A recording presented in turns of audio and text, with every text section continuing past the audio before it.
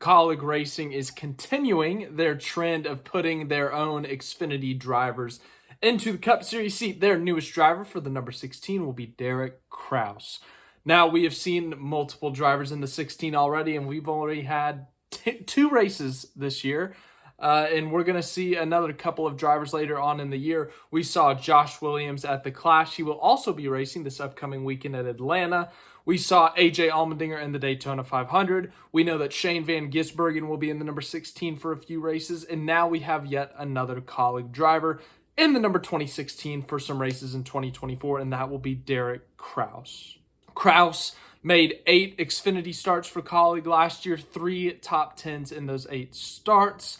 Had raced full-time in the Truck Series prior to that, but has no Cup Series starts. Though, fun fact, while he does not have any Cup Series starts, he has qualified a Cup Series car before at Richmond in August of 2023. AJ Allmendinger was at Road America for the Xfinity race, so Kraus qualified the car for him, but did not race. So there's a little fun trivia fact for you that will one day be thrown around.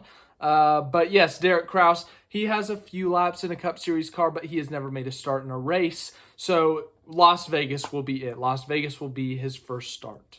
Kaulig announced it this morning, as I said. They said, we're excited to have Derek Kraus behind the wheel of our number 16 Chevrolet for 6 NASCAR Cup Series races. The first coming at Las Vegas Motor Speedway next weekend. I did a little promotional video, graphics, picture of him in a Kaulig shirt, all that stuff. And then they announced his full schedule, which will be Vegas in 2 weeks, Phoenix in 3 weeks, Kansas in May, Darlington in May, Worldwide Technology, Gateway, whatever you want to call it, in June. And then he will also race the championship race at Phoenix in November. So quite the wide variety of tracks for Derek Kraus. You got a couple of intermediates. You've got Phoenix, which is short-ish. You got Darlington, which is one of the toughest racetracks to drive. And then you got Gateway, which is kind of a flat, longer oval. So a young driver getting more Cup experience. And once again, it's someone within Kaulig. Kaulig almost feels like they're in a rebuild at this point. We saw Justin. We've talked about Kaulig so much on here. We've talked about how, they've lost Justin Haley to Rick Ware Racing. AJ Allmendinger's going back to Xfinity. They put Josh Williams, Daniel Hemrick, now Derek Kraus in their Cup Series cars. And it's just a lot of decisions that you're sitting there like, man, I thought this team, they were going to get a big star. They were on the rise. They'd be consistently winning or competing for wins. And while, yes, they did win a Cup race last year with AJ Allmendinger at the Roval, it just does seem like they've taken a step backwards and they're almost rebuilding, They've dedicated, it seems like at this point, they've dedicated one of their Cup cars to putting their young Xfinity drivers into that car to give them Cup experience. And it seems like that's what Derek Kraus is going to be getting here is Cup experience. No, it's not the flashiest tire. He's not going to be starting a lot of races. And honestly, in those first few, I don't expect him to be that competitive in terms of, top 10 even. But ultimately, I think this is what the 16 car is for at least this year. It's to give their Xfinity drivers, their young drivers that they are hoping to keep in their grasp, that they are hoping to develop themselves, and they are hoping to, once they're ready and done with Xfinity, to move up to Cup. And they want these guys to have some Cup experience on hand before they eventually get the full-time promotion. But as for Kraus himself, I can't seem to find anything on him in Xfinity in 2024 if he's going to make starts with Kaulig. I mean, I think he is. I'm pretty sure I remember seeing something about it. But ultimately, Kraus, I would have liked to have seen him in the Xfinity car more rather than him being in the Cup car, But ultimately, it's a great opportunity for him. It really is to get experience in a Cup car with a decent team like Kaulig that has won a race, multiple races over the past few years. I think it's a great opportunity for Derek Kraus. As I said, for Josh Williams, some may question this decision, but ultimately for their drivers, it's a great opportunity for them. And then once again, it seems like the pattern they are going, the trend they are going, is to put their own Xfinity guys in their Cup car to give them a taste of Cup, see how they do, and eventually build on it. So that's all for that. Derek Kraus is in the 16 for a few races. As I said, we already knew that SVG was going to be in the car for 7 races.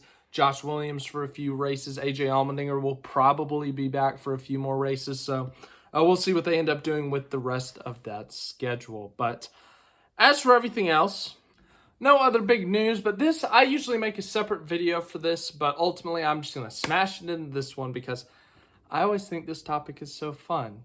And, we don't usually get to see things like this later in the year because reality hits. With the super speedway starting out the season, it means we see crashes, we see big names out early, big names finishing in the 30s, and we get some guys we don't usually see up front finishing up front, which means the playoff grid as of today is whack.